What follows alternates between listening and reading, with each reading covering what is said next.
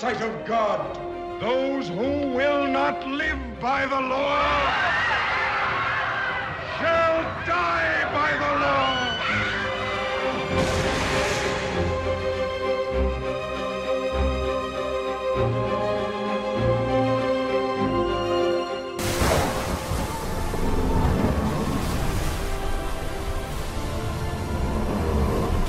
Our Creator decided to cleanse the earth. A boat to save our family and all the animals. Every other living creature would die. If you are God's son, order this stone to turn into bread. It is written, "The man shall not live by bread alone, but by every word of God." I will give you all this power and all this wealth. It has all been handed over to me, and I can give it to anyone I choose. All this will be yours then, if you worship me. It is written, "You shall worship the Lord your God, and him only shall you serve."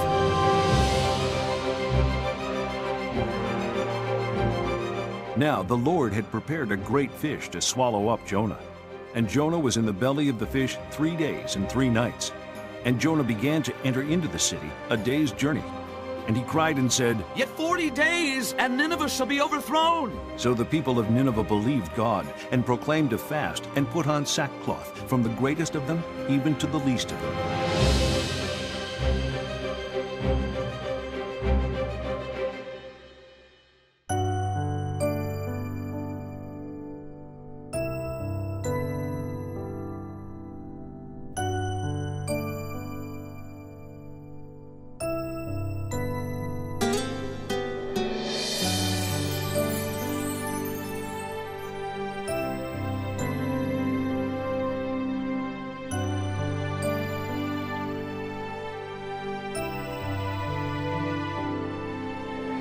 Tak usah ku takut, Allah menjagaku.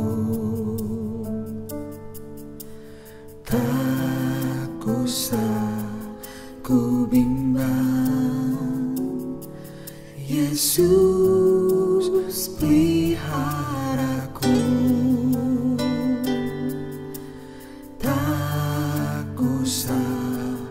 Ku susah,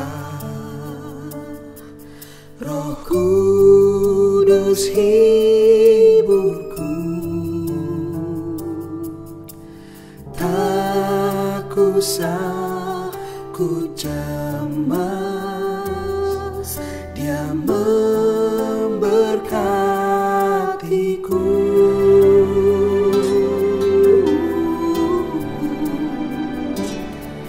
El Shaddai, Allah Maha Kuasa. Dia besar, El Shaddai mulia. El Shaddai, Allah Maha Kuasa. Berkatnya melimpah, El Shaddai.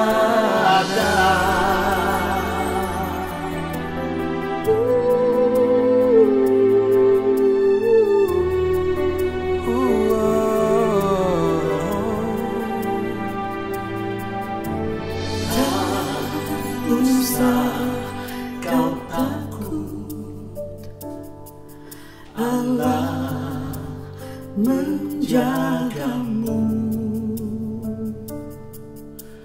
Tak usah kau bimbang, Yesus peliharamu.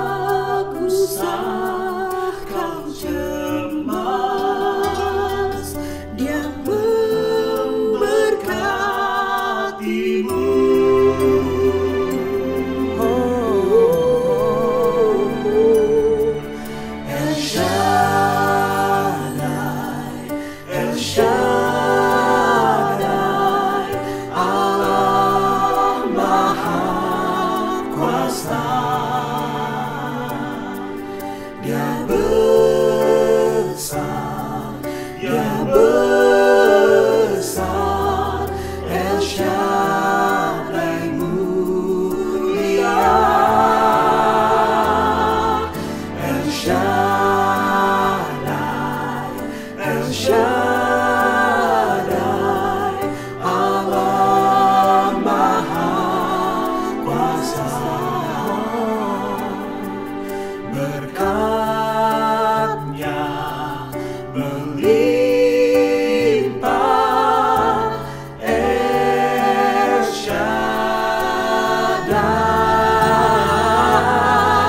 El Shaddai, El Shaddai, Allah Maha Kuasa. Dia besar, Dia besar, El Shaddai mulia, El Shaddai, El Shaddai, Allah Maha Kuasa. Berkat-Nya melimpah. El Shaddai, berkat-Nya melimpah. El Shaddai.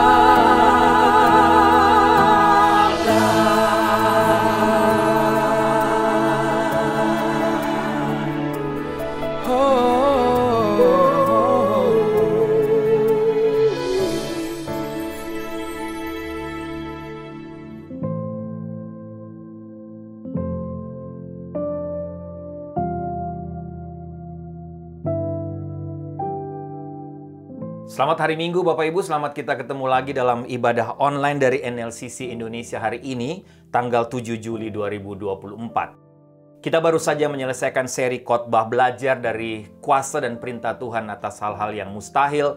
Doa saya dan Ibu Sarah, seri khotbah tadi bisa menjadi berkat menguatkan Bapak Ibu. Dan selama bulan Juli ini, kita akan belajar satu seri khotbah yang baru, yaitu seri khotbah belajar dari arti angka 40 dalam Alkitab. Dan hari ini, sebagai topik pertama dari seri khotbah ini, kita akan sama-sama belajar dari kisah perjalanan bangsa Israel selama 40 tahun di padang gurun. Dasar bagian firman Tuhan dari khotbah ini adalah Bilangan pasal 32 ayat 13. Demikian firman Tuhan. Bilangan pasal 32 ayat 13. Sebab itu bangkitlah murka Tuhan kepada orang Israel, sehingga ia membuat mereka mengembara di padang gurun 40 tahun lamanya, sampai habis mati segenap angkatan yang telah berbuat jahat di mata Tuhan. Mari kita tundukkan kepala, kita berdoa Bapak Ibu, sebelum kita belajar lebih jauh bagian firman Tuhan ini.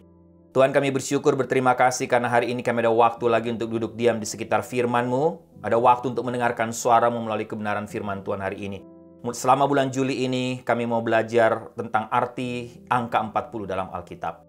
Dan hari ini hamba berdoa melalui kisah perjalanan bangsa Israel selama 40 tahun di padang gurun, dari Mesir ke tanah Kanaan, yang sudah menjadi berkat menguatkan hamba, yang akan hamba share pagi hari ini. Juga hamba berdoa kiranya menjadi berkat, menguatkan untuk semua Bapak Ibu yang mendengarkan, mengikuti ibadah online hari ini, dan bisa menjawab tiap-tiap pergumulan yang mereka sedang hadapi hari ini. Terima kasih Tuhan, berfirmanlah, bersabdalah, karena kami sudah siap untuk mendengarkan suara-Mu. Dalam nama Tuhan Yesus kami berdoa. Amin. Ya Bapak Ibu, ada sebuah fenomena yang sangat menarik menurut saya tentang belalang. Belalang itu akan kembali diceritakan, akan kembali datang berbondong-bondong, berkumpul bersama setiap 17 tahun. Menarik juga ya. Dan yang menarik adalah walaupun mereka datang dalam jumlah puluhan juta banyaknya Bapak Ibu, mereka itu tidak pernah bingung, tidak pernah saling menindih satu dengan yang lain. Mereka terbang dan berbaris secara teratur. Itu belalang Bapak Ibu, dan itu terjadi setiap 17 tahun. Sehingga Charles Spurgeon pun menanggapi tentang belalang ini, Bapak Ibu. Charles Spurgeon katakan, hal ini menunjukkan atau peristiwa datangnya belalang setiap 17 tahun tadi menunjukkan betapa besar dan betapa maha besar dan maha teraturnya Tuhan Allah kita, Allah pencipta kita. Allah pencipta manusia, tapi juga Allah pencipta alam semesta.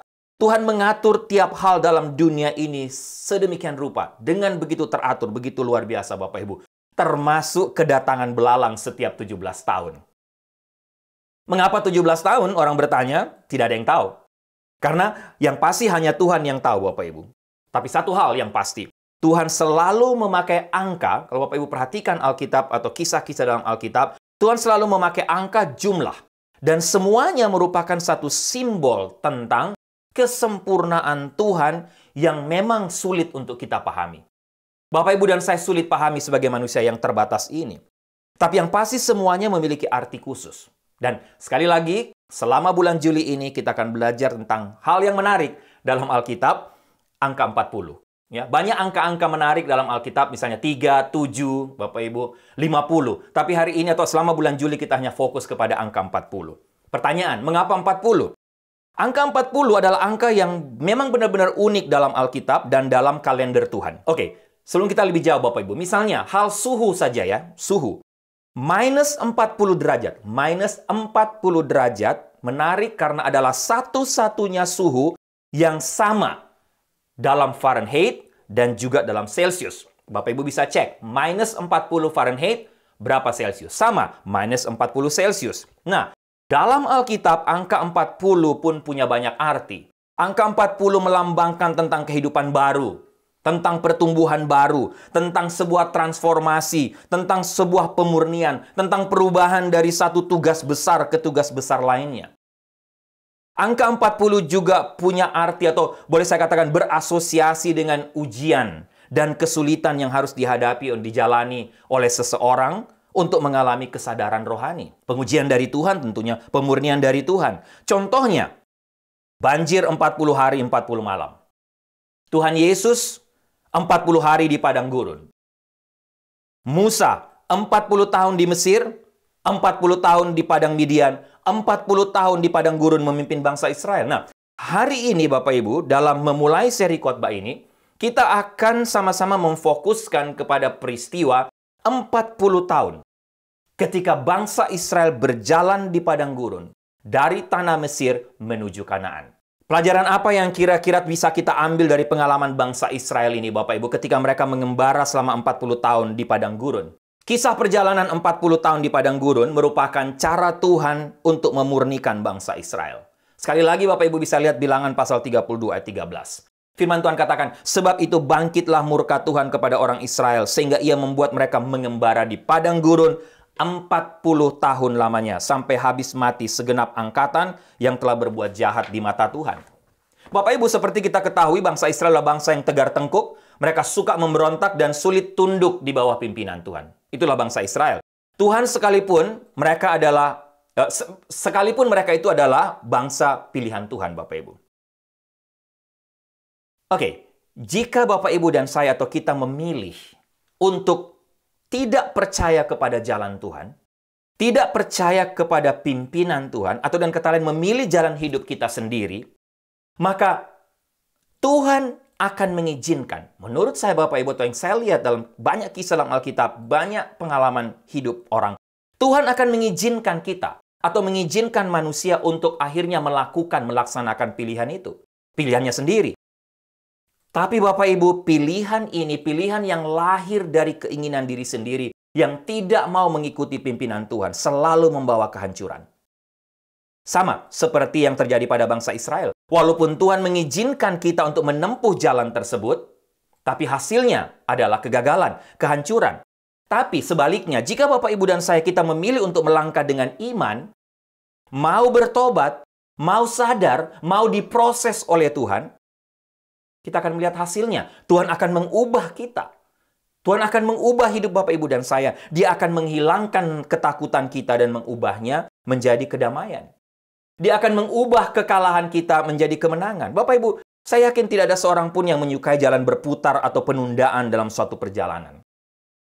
Setiap kali kita menemui jalan yang sedang dibangun atau ada construction misalnya, atau lalu lintas yang macet, traffic, yang menghentikan perjalanan kita atau paling tidak memperlambat perjalanan kita ke tempat tujuan kita selama setengah jam atau lebih mungkin Bapak Ibu, saya yakin semua kita akan tergoda untuk mencari jalan keluar yang lain. Jalan keluar yang tentunya lebih singkat. Kenapa? Karena kita tidak mau perjalanan yang panjang. Kita mau singkat, cepat sampai, dan lain sebagainya. Saya ingat Bapak Ibu, kami sekeluarga pernah liburan ke Yosemite Park. Pulang dari Yosemite Park mau pulang ke rumah, memang traffic khususnya di 91 kalau tidak salah waktu itu jalannya sangat macet luar biasa Bapak Ibu. Nah, waktu itu saya dan Ibu Sarah atau kami semua melihat ada begitu banyak mobil yang belok kiri keluar exit dari freeway untuk mencari jalan lain. Ya tentunya mencari jalan yang lebih cepat. Bapak Ibu tergoda, kami ikut. Karena kami tidak mau menunggu lama dengan kemacetan yang sangat luar biasa pada waktu itu. Masuk ke jalan-jalan kecil Bapak Ibu, karena tidak sabar tadi mengikut mobil yang lain. Tapi apa yang terjadi? Bapak Ibu, akhirnya apa? Kami salah. Yang terjadi adalah kami berputar-putar di jalan kecil itu Bapak Ibu, karena tidak tahu arahnya kemana, harus berputar balik, cari jalan lain, dan lain sebagainya. Akhirnya apa yang terjadi? Sekali lagi, sampai di rumah lebih lambat, lebih malam, lebih lambat daripada mobil-mobil yang tadi melewati Freeway 91 yang macet tadi. Bapak Ibu, itu kita manusia. Nah, bangsa Israel pun demikian kalau Bapak Ibu lihat. Mereka baru saja mengalami 400 tahun perbudakan di tanah Mesir. Ketika Tuhan membebaskan mereka melalui hambanya Musa, dan melalui 10 tulah, melalui Keluaran pasal 7 sampai Keluaran pasal 11, Bapak Ibu tahu ceritanya. Dan lautan teberau yang terbelah, Keluaran pasal 14. Mereka pasti berpikir bahwa, mereka pasti akan tiba di tanah impian mereka. Dengan cepat tentunya. Tanah perjanjian akan sampai di sana dalam waktu singkat. Karena memang Bapak Ibu, kalau Bapak Ibu pelajari secara geografis, jarak dari Mesir ke Kanaan itu 800 km Bapak Ibu. Dan menurut para ahli, dengan berjalan kaki pada waktu itu ya tentunya, jarak ini bisa ditempuh hanya dalam waktu 25 hari saja. Bapak Ibu bayangkan, dari Mesir ke Kanaan 800 km kalau jalan kaki 25 hari sampai. Tapi Bapak Ibu lihat, apa yang terjadi? Dugaan bangsa Israel salah. Begitu banyak hambatan, masalah yang mereka alami selama perjalanan itu. Perjalanan yang harusnya hanya bisa ditempuh selama 25 hari, akhirnya memakan waktu 40 tahun lamanya, dan akhirnya membuat bangsa Israel berkali-kali harus lari dari Tuhan, karena mereka tidak tahan 40 tahun itu. Waktu yang cukup lama. Lari dari Tuhan, beralih kepada berhala dan dewa-dewa lain. Untuk apa? Supaya mempercepat proses perjalanan ke tanah perjanjian. Bapak bisa baca dalam Keluaran pasal 32. Dalam perjalanan ini, satu demi satu mereka yang keluar dari tanah Mesir mati. Sekali lagi, Bapak Ibu tahu ceritanya. Dan yang tersisa hanyalah Yosua dan Kaleb dan generasi baru yang lahir di padang gurun. Semua orang, semua generasi yang keluar dari tanah Mesir, tidak ada yang masuk ke tanah Kanaan, kecuali sekali lagi Yosua dan Kaleb. Yang masuk semua adalah generasi baru yang lahir selama kurun waktu 40 tahun tadi. Bapak Ibu, apa yang sedang terjadi di sini? Tuhan sedang memurnikan mereka. Sekali lagi, karena keras kepala dan ketidaktaatan, ketidaksetiaan bangsa Israel. Mereka mulai melupakan janji Tuhan. Mereka mulai melupakan semua mujizat Tuhan yang mereka alami sejak mereka keluar dari tanah Mesir. Dan Tuhan akhirnya harus menunda mereka masuk ke tanah perjanjian. Dan membawa mereka berputar-putar selama 40 tahun. Sekali lagi, yang sebenarnya hanya dapat ditempuh dalam waktu kurang dari sebulan. Tuhan berada di balik semuanya Bapak Ibu. Bapak Ibu tentunya pertanyaan buat kita, mengapa perlu waktu 40 tahun untuk sampai ke tanah perjanjian? Kenapa Tuhan perlu membawa mereka untuk berputar-putar selama 40 tahun? Yang saya lihat Bapak Ibu, kenapa? Karena bangsa Israel tidak percaya bahwa Tuhan akan mampu akan membawa mereka sampai ke tanah perjanjian. Walaupun mereka berkali-kali menyaksikan mujizat Tuhan. Berkali-kali lihat bagaimana kuasa Tuhan bekerja di tengah-tengah mereka. Melihat mujizat Tuhan yang besar di depan mata mereka. Tapi mereka tetap meragukan kuasa Tuhan. Meragukan janji dan kemampuan Tuhan untuk membawa mereka sampai kepada tanah Kanaan. Mereka ragu akan kemampuan Tuhan yang sebenarnya telah membawa mereka, melepaskan mereka dari perbudakan di Mesir selama 400 tahun. Mereka ragu bahwa Tuhan yang sama akan mampu untuk membawa mereka sampai ke tanah perjanjian. Akibatnya apa Bapak Ibu? Kita tahu Tuhan menghukum mereka dengan membawa mereka sekali lagi, dari 25 hari berputar selama 40 tahun. Bapak Ibu, 40 tahun bangsa Israel mengembara di padang gurun. Menurut saya, juga dapat menjadi sebuah warning, sebuah peringatan bagi Bapak Ibu dan saya sebagai orang percaya, orang Kristen yang hidup pada masa kini. Peringatan apa itu? Apa yang dapat kita pelajari? Ada beberapa hal Bapak Ibu yang saya dapatkan yang saya ingin share kepada Bapak Ibu. Yang pertama, Tuhan menghajar kita karena Dia mengasihi kita. Karena Dia mengasihi Bapak, Ibu, dan saya. Seringkali konsep ini sulit diterima oleh kita sebagai orang percaya sekalipun. Karena yang selalu didengung-dengungkan adalah Allah itu kasih, Allah itu baik, Allah itu murah hati. Allah tidak mungkin menghukum umat yang dikasihinya. Tapi Bapak Ibu jangan lupa, salah satu wujud kasih adalah ajaran yang mendidik. Betul? Mendidik dan menyadarkan kita. Kita bisa baca kembali apa yang ditulis Musa dalam Bilangan pasal 32 ayat 13. Sebab itu bangkitlah murka Tuhan kepada orang Israel sehingga ia membuat mereka mengembara di padang gurun 40 tahun lamanya. Bapak Ibu, Tuhan dengan sengaja membuat bangsa Israel mengembara di padang gurun untuk mengikis sifat-sifat lama mereka yang penuh dengan dosa. Mengikis mental yang mereka bawa dari budaya kafir, dari penyembahan berhala bangsa Mesir, dari ketidaktaatan, dari kekerasan hati mereka, dari kesombongan. Dan dari hati yang sering atau suka memberontak. Dari hati yang suka meragukan kebesaran Tuhan. Mental budak. Tapi selama 40 tahun, Tuhan mau memurnikan mereka sehingga semua yang masuk ke tanah perjanjian adalah mereka yang telah dimurnikan oleh Tuhan. Dibersihkan oleh Tuhan. Dengan berjalan di padang gurun 40 tahun, Bapak Ibu, bangsa Israel belajar apa artinya bergantung kepada Tuhan saja dan tidak kepada yang lain. Bangsa Israel belajar bersyukur dan tidak hidup dalam menggerutu, komplain. Bangsa Israel belajar percaya bahwa hanya ada satu Tuhan. Tidak ada Tuhan lain, tidak ada ilah lain. Itulah Tuhan Allah Yahweh. Tidak ada Tuhan lain, dewa lain yang lebih berkuasa daripada Allah Yahweh. Dan Bapak Ibu sekali lagi, Tuhan tahu dengan tepat bahwa kurun waktu 40 tahun adalah waktu yang paling tepat untuk memurnikan mereka, untuk mengubah mereka menjadi baru. Bukan lagi, sekali lagi, bukan lagi dengan bangsa dengan mental budak, mental menggerutu, tapi bangsa dengan mental pengucapan syukur. Dan waktu 40 tahun adalah waktu yang tepat dalam mengubah mereka. Dari mental yang meragukan kuasa dan pemeliharaan Tuhan kepada bangsa dengan mental yang percaya, yakin akan kemampuan pemeliharaan Tuhan. Dan Tuhan tahu itu. Tuhan tahu berapa lama waktunya yang paling tepat. Bapak Ibu, mungkin sebagian besar kita pernah menonton film Forrest Gump. Film itu menggambarkan gambaran yang indah tentang kasih Tuhan yang terlihat dalam hubungan Forrest dan Jenny. Sejak kecil Forrest memang mencintai Jenny, diceritakan dalam movie itu, tapi Jenny terlalu terpikat oleh hal-hal duniawi dan mengabaikan cinta Forrest yang begitu luar biasa. Berusaha mencari kepuasan di tempat lain. Jenny berusaha mencari ketenaran dan kesuksesan, tapi Bapak Ibu diceritakan film ini apa akhirnya? Jenny malah menemukan kekecewaan dan sakit hati. Tiap hari Forrest menunggunya pulang ke rumahnya. Dengan kata lain, bahasa kisah ini, Jenny jatuh dalam padang gurun kesenangan duniawi, gagal, kecewa, hancur, patah hati, bahkan hampir mau mati, Bapak Ibu, mau bunuh diri. Sampai akhirnya dia kembali, pendek cerita, dia kembali ke dalam pelukan Forrest yang benar-benar mengasihi dia dan merawatnya sampai hari kematiannya. Film Forrest Gump. Bapak Ibu, Tuhan sering membentuk kita, tapi pada saat yang bersamaan menanti kita sampai kita sadar dan berbalik kepadanya. Kita sering mengejar berhala-berhala dunia ini yang kita pikir bisa memuaskan hidup kita, tapi sebaliknya menghancurkan hidup kita, sama seperti bangsa Israel. Sehingga Bapak Ibu, ingat, Tuhan menghajar kita, melatih kita, bahkan seringkali menghukum kita karena dia mengasihi kita. Ada bagian firman Tuhan lain dalam surat Ibrani katakan, itulah kasih seorang bapa. Dia mengasihi anaknya sehingga dia menghajar anaknya. Kalau tidak dihajar, dia akan menjadi anak gampangan. Tapi ketika dihajar, tujuannya satu, supaya tidak menjadi anak gampangan.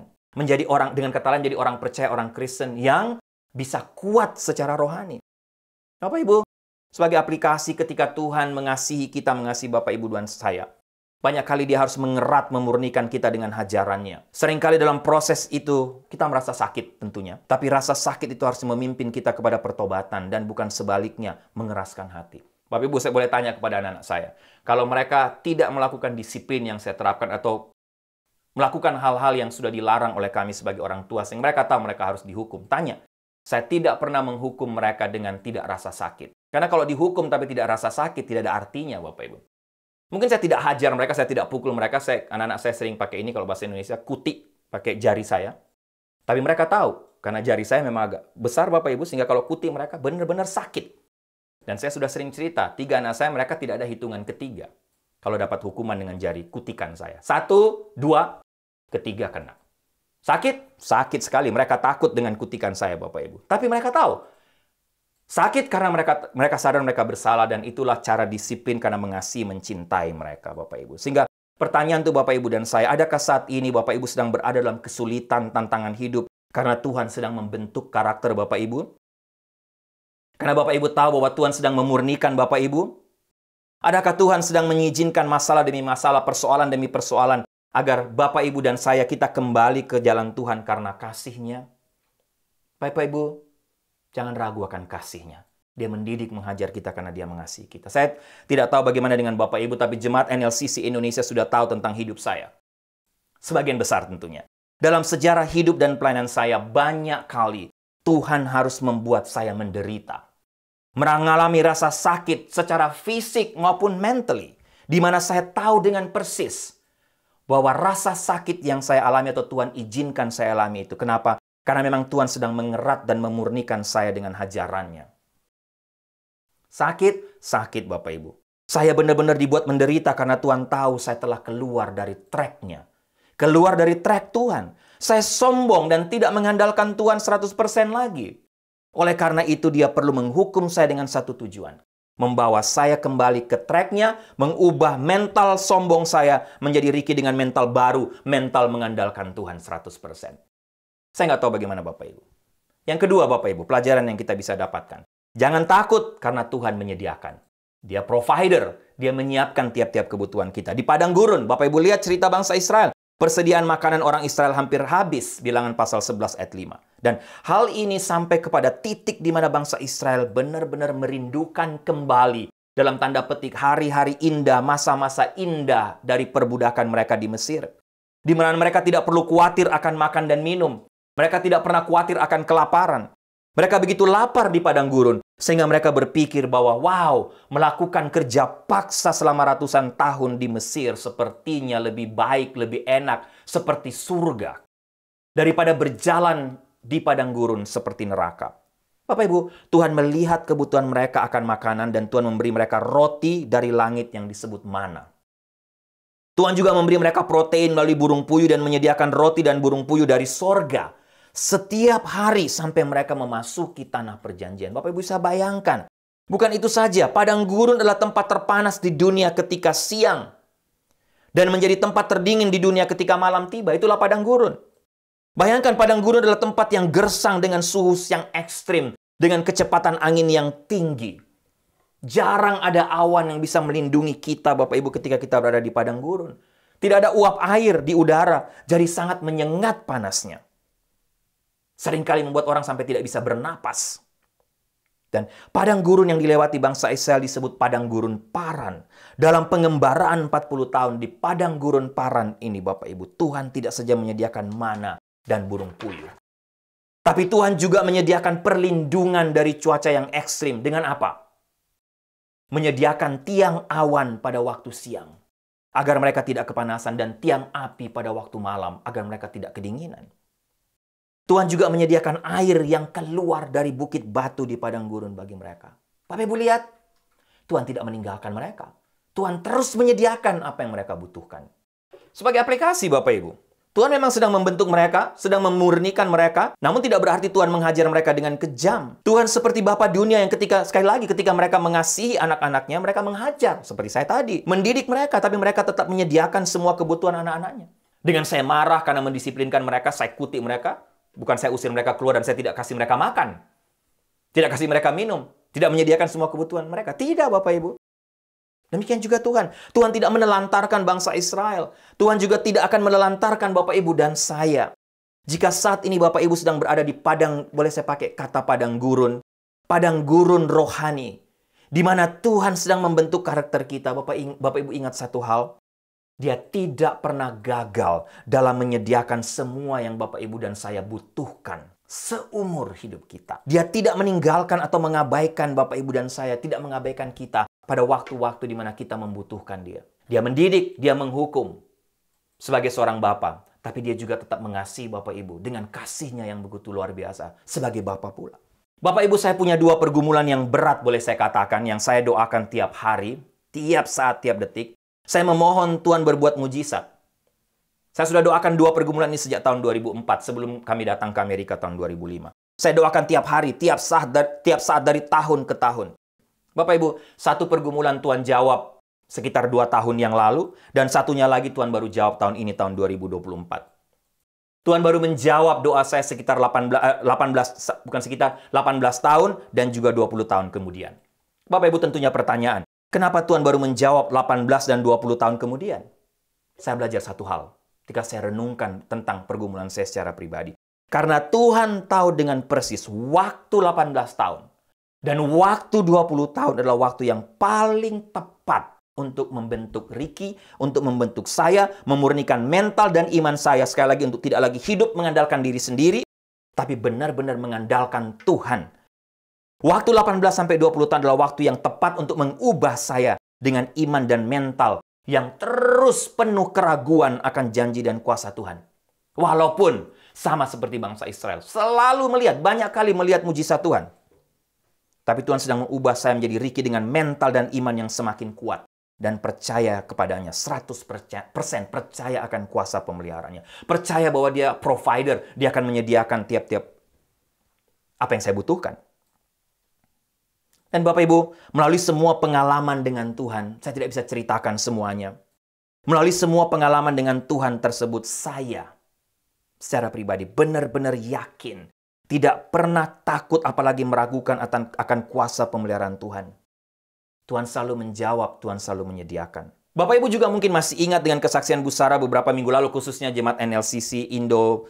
Lalu tentang awal-awal kami mulai pelayanan kami di Sidoarjo, Bapak Ibu, setelah kami menikah di Batu, setelah kami lulus dari I3. Saya mau tambahkan sedikit, Bapak Ibu, kira-kira tambahkan sedikit ceritanya begini. Ibu Sarah sudah cerita, waktu kami menikah, kami pulang ke Makassar, pulang ke Ujung Pandang, Bapak Ibu, karena kami mau buat acara pengucapan syukur juga dengan keluarga saya di Makassar. Waktu kami menikah di Batu, kami banyak melihat Tuhan bagaimana Tuhan buat mujizat juga. Tuhan mencukupkan tiap-tiap kebutuhan pernikahan kami melalui teman, sahabat, keluarga, orang tua yang begitu banyak membantu kami. Tapi pendek cerita, kami bikin acara di Makassar. Nah, Bapak Ibu, waktu kami mau kembali dari Makassar, pergi ke Sidoarjo, karena sudah keputusan dengan Sidoarjo setelah kami menikah, kemudian acara pengucapan syukur di Makassar, kami memulai pelayanan di Sidoarjo pada tanggal 1 Agustus 1997, Bapak Ibu. Nah, waktu kami selesai acara di Makassar, saya bilang sama Bu Sarah, uang kita sudah tidak ada lagi. Uang sisa terakhir adalah membeli tiket kapal dari Makassar ke Surabaya. Sampai Surabaya saja. Dari Surabaya naik apa? Tidak tahu kalau tidak ada yang jemput. Karena tidak ada uang lagi, Bapak Ibu. Nol, benar-benar nol. Oke, dengan iman, kami beli tiket, kami naik ke kapal, Bapak Ibu. Lupa kapal Kambuna kalau tidak salah, atau Kerinci, lupa kapal apa waktu itu, Bapak Ibu. Masuk di kamar, kami ambil waktu berdoa, Tuhan, tidak ada uang lagi. Naik apa nanti dari Surabaya, dari Pelabuhan Tanjung Perak ke Sidoarjo. Bapak Ibu habis berdoa, tiba-tiba ada pengumuman di kapal. Kalau ada hamba Tuhan, kalau ada pendeta yang ada di kapal ini, lulusan sekolah teologi bisa melapor ke kantor, karena kami membutuhkan seorang hamba Tuhan untuk berkhotbah di kapal pada nanti malam. Bapak Ibu, Sarah langsung bilang saya, Tuhan jawab, pergi cepat ke kantor, kata Bu Sarah, sebelum ada yang lain. Saya pergi ke kantor, Bapak Ibu. Saya tanya, apakah sudah ada yang mendaftar untuk berkhotbah? Oh, belum ada. Bapak dari pendeta ya, hamba Tuhan, bla bla bla, lulusan sekolah mana? Saya jelaskan, pendek cerita saya berkhotbah, Bapak Ibu. Bapak Ibu tahu, waktu selesai berkhotbah, dikasih persembahan oleh pengurus kapal waktu itu, Rp150.000. Persembahan. Saya bawa ke Ibu Sarah.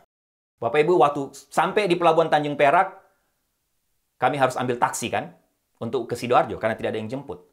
Bapak Ibu tahu, harga taksi itu dari Tanjung Perak ke Sidoarjo, Rp150.000. Tepat seperti yang Tuhan kasih waktu khotbah di kapal. Dan Bapak Ibu, sampailah kami di Sidoarjo. Sampai di Sidoarjo, Ibu Sarah sudah cerita, saya tidak usah cerita lagi. Nol, karena uang yang 150.000 persis untuk bayar taksi. Tapi Bapak Ibu, sampai di Sidoarjo di GKK, Tuhan dengan caranya yang begitu luar biasa, saya tidak usah cerita lagi. Tuhan menyediakan, Tuhan siapkan semuanya. Makanan, minuman sudah ada, rumah, tempat tinggal, kamar, semua sudah ada, lengkap. Termasuk mujizat apa yang Bu Sarah cerita, kami tidak pernah menyangka.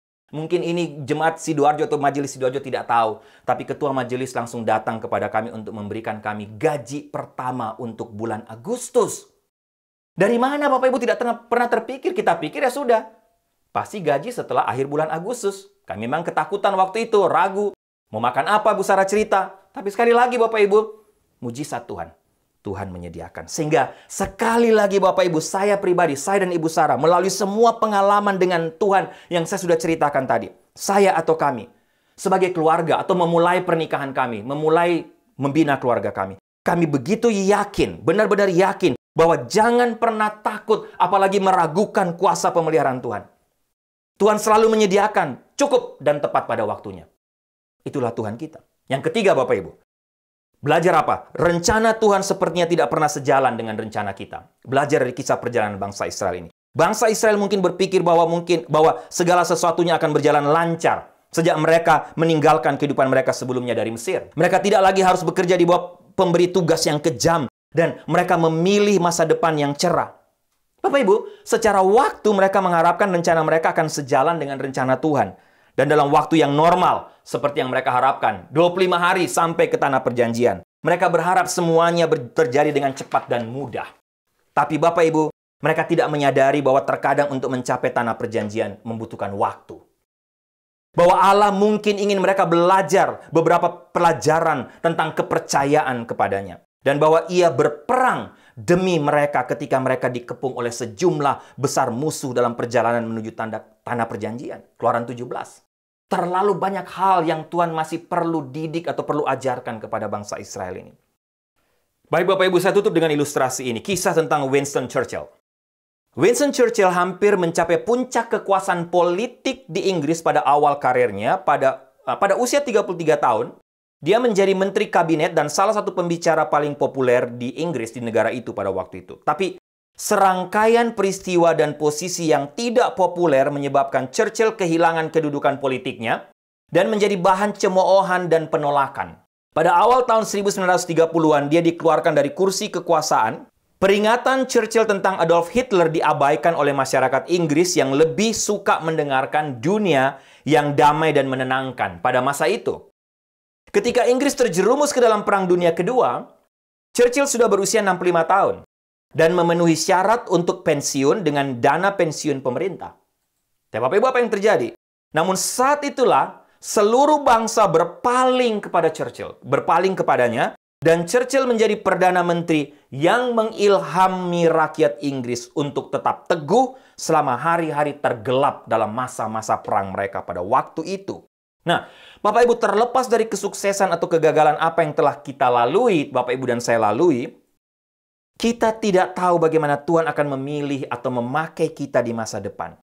Bisa jadi kekecewaan dan penolakan di masa lalu yang kita lewati, sekali lagi dengan bahasa padang gurun yang kita lewati di padang-padang gurun rohani kita. Mungkin adalah hal-hal yang paling kita perlukan untuk mempersiapkan Bapak Ibu dan saya menghadapi masa depan. Tugas kita hanya satu, yakinlah Tuhan akan memakai kita, memakai Bapak Ibu, memakai kita semua saat kita menyerah pada waktu dan tujuannya. Pengkhotbah 3 ayat 1 katakan apa? Untuk segala sesuatu ada masanya, untuk apapun di bawah langit ada waktunya. Bapak Ibu, kita dapat belajar bahwa garis waktu dan rencana Tuhan seringkali menyimpang jauh dari apa yang kita harapkan. Dari suatu situasi atau hasil yang menguntungkan kita. Tapi, Bapak Ibu sekali lagi, percayalah, rencana Tuhan selalu the best. Rencana Tuhan selalu yang terbaik. Tugas kita hanya satu, percaya kepadanya. Terutama ketika kita harus bergantung pada berkat-Nya. Seperti bangsa Israel di padang gurun. Kadang Tuhan membuat kita menunggu 40 tahun, 30 tahun, saya 18 tahun, 20 tahun, 6 tahun, 1 tahun. Mungkin 1 bulan.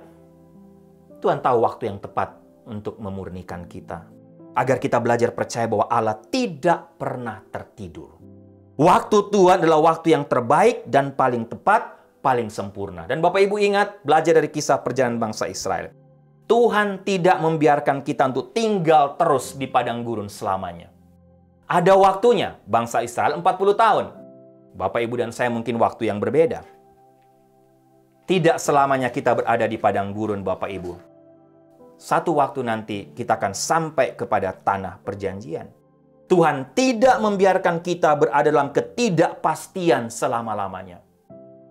Tuhan tidak membiarkan kita dalam tekanan selama-lamanya. Dan Tuhan tidak pernah membiarkan kita tinggal di padang gurun selamanya. Kita akan mencapai sekali lagi tanah perjanjian. Karena itulah janji Tuhan dalam hidup kita. Janji tentang pemeliharaannya. Janji bahwa Ia akan menyediakan tepat pada waktunya. Janji bahwa Dia akan menjawab tiap-tiap pergumulan kita. Bahkan mungkin janji bahwa Ia akan berbuat mujizat dalam hidup kita. Hidup Bapak, Ibu, dan saya. Walaupun mungkin harus memerlukan waktu yang panjang. Amin. Mari kita tundukkan kepala, kita berdoa. Tuhan, kami bersyukur, berterima kasih. Terima kasih untuk firman-Mu. Hamba berdoa sekali lagi kiranya firman Tuhan yang sudah menjadi berkat menguatkan hamba, yang sudah hamba share pagi hari ini. Menguatkan Bapak Ibu. Menjawab tiap-tiap pergumulan mereka. Bahkan menjawab tiap-tiap keraguan mereka akan pemeliharaan Tuhan. Tapi hamba berdoa Tuhan, kiranya untuk tiap Bapak Ibu yang sedang berdoa menanti mujizat Tuhan puluhan tahun. Kalau Tuhan berkehendak, biarlah belajar dari firman Tuhan ini. Mereka melihat, menyaksikan sendiri dengan mata kepala mereka sendiri bahwa Tuhan menyediakan. Tuhan berbuat mujizat untuk mereka tepat pada waktunya. Tuhan tidak membiarkan mereka terus berada di padang gurun. Terima kasih Tuhan, terima kasih untuk firman-Mu. Kami kembalikan segala pujian, hormat, kemuliaan hanya bagi Engkau.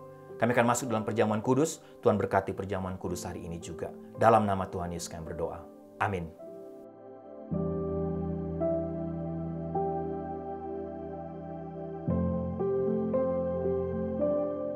Baik Bapak Ibu, mari kita siapkan hati untuk masuk dalam perjamuan kudus hari ini.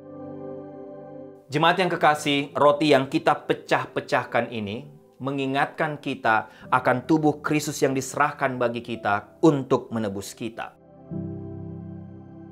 Demikian pula dengan cawan minuman ini yang kita pakai untuk mengucap syukur. Mengingatkan kita akan darah Kristus yang dicurahkan bagi kita untuk pengampunan dosa kita. Bapak Ibu bisa mengangkat roti di tangan kanan Bapak Ibu. Yesus berkata, "Inilah tubuhku yang diserahkan bagi kamu. Perbuatlah ini selalu menjadi peringatan akan aku. Makanlah."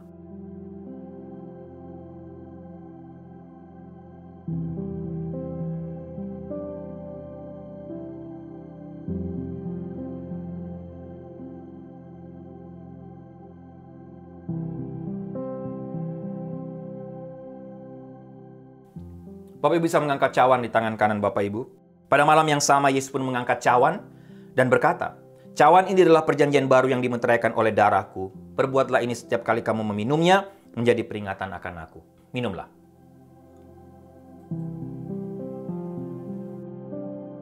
Mari kita berdoa. Tuhan, sekali lagi kami bersyukur, berterima kasih. Terima kasih karena hari ini kami ada waktu untuk melaksanakan perjamuan kudus. Kami dibawa untuk mengingat kembali pengorbanan-Mu 2000 tahun yang lalu di Bukit Golgota.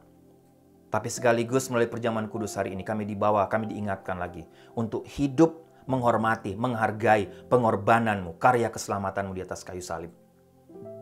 Dalam arti kami harus terus hidup dalam kekudusan, hidup takut akan Engkau, hidup menjalankan taat kepada firman-Mu, dan menjadi kesaksian bagi banyak orang. Sehingga lewat hidup kami sebagai orang percaya, orang bisa mengenal Yesus, mengenal Kristus yang sudah mati di atas kayu salib, yang sudah menyelamatkan kami semua, sehingga kami juga bisa mendapatkan keselamatan kekal. Terima kasih Tuhan. Dalam nama Tuhan Yesus kami berdoa. Amin.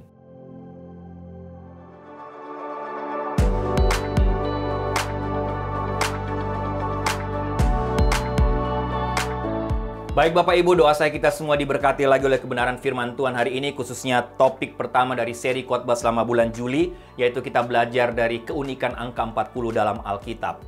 Kita akan mengakhiri ibadah ini dalam doa berkat. Jemaat yang kekasih, tundukkanlah kepalamu, arahkanlah hatimu kepada Tuhan dan terimalah berkat Tuhan. Anugerah keselamatan dari Tuhan Yesus Kristus, kasih sayang yang tidak berkesudahan dari Allah Bapa, serta penyertaan dari Roh-Nya yang kudus, kiranya menyertai engkau sekalian, mulai hari ini sampai Maranatha Tuhan Yesus datang kembali. Haleluya, amin.